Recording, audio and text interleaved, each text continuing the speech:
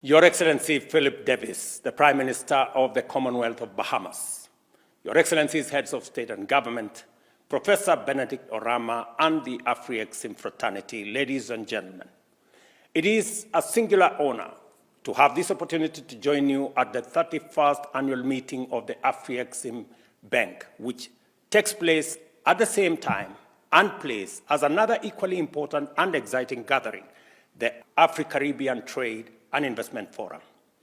Both events are highly significant in terms of our sustained discourse with regard to developing a viable pathway to inclusive transformation, also with respect to this inflection point in world development that we find ourselves in.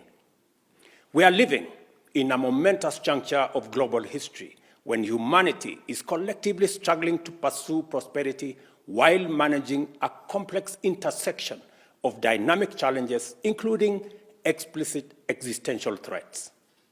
Globalization and the fourth industrial revolution are potentially tides that can lift every boat in the global economic waters by making it possible for talent and skill to meet opportunity, enabling technological advancement to spread across national, regional, and continental frontiers, and fostering the emergence of a socio-political, cultural, and economic international community. At the same time, we are only beginning to see glimpses of hopes of recovery in the aftermath of a devastating pandemic. Geopolitical rivalries are driving regional conflicts which disrupt international commodity supply chains with serious negative ramifications in every part of the globe. Climate change continues to wreak havoc on every continent, intensifying extreme weather events and subjecting fragile economies and communities to severe drought, destructive flooding, storms and heat waves which destroy public infrastructures and private property, as well as lives and livelihoods. As with adversity, these challenges generally exert their greatest negative effect on the most vulnerable, which is, in global terms, in the global south, and notably Africa and the Caribbean.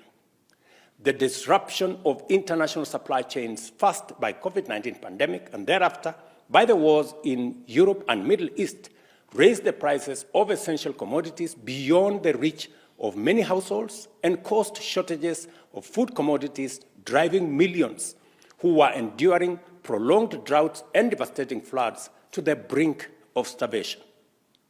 Although Africa contributes less than 4% of the global greenhouse gas emissions, it continues to bear a disproportionate share of the adverse effects of climate change. All these negative effects are also fuel for conflicts and drivers of war, climate and economic refugee phenomena, and occur against the backdrop of tremendous potential, especially in our continent.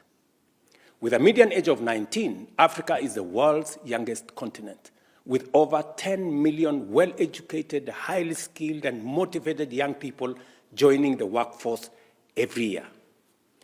Our continent is also endowed with unrivaled mineral resources and renewable energy potential. We have over 60% of the world's uncultivated arable land. This means that there exists massive potential for investment, not only to generate clean energy, process the mineral resources, and work the land, but also to power enterprise and households with electricity and connect our economies by developing transport and communication infrastructures, thus creating employment opportunities for millions of our young people. Our continent and its economies must generate sufficient growth to create wealth and employment and the resilient against the mounting challenges and constant threats of disruption, especially from climate change. This calls for unprecedented levels of investment and technology in order to transform the continent's potential into sustainable opportunities for our 1.4 billion people.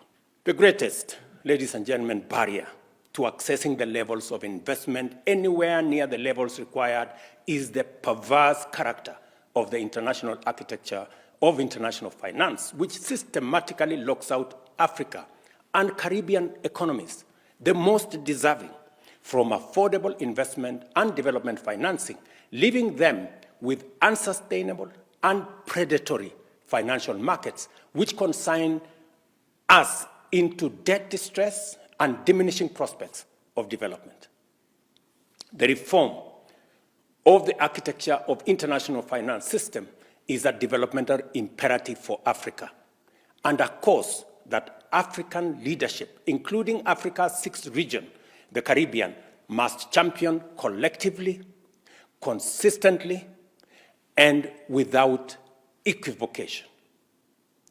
We believe that this forum and the reform of the global financial architecture must be complemented by significant strengthening of Africa's regional and continental financial institutions. For this reason, the creation of the Association of African Multilateral Financial Institutions, AMFI, is a highly welcome development which demonstrates our commitment to deliver a fit-for-purpose financial system and provides an opportunity for the achievement of financial scale through the collaborative mobilization of development financing. I therefore call for solidarity and unity in support of AMFI.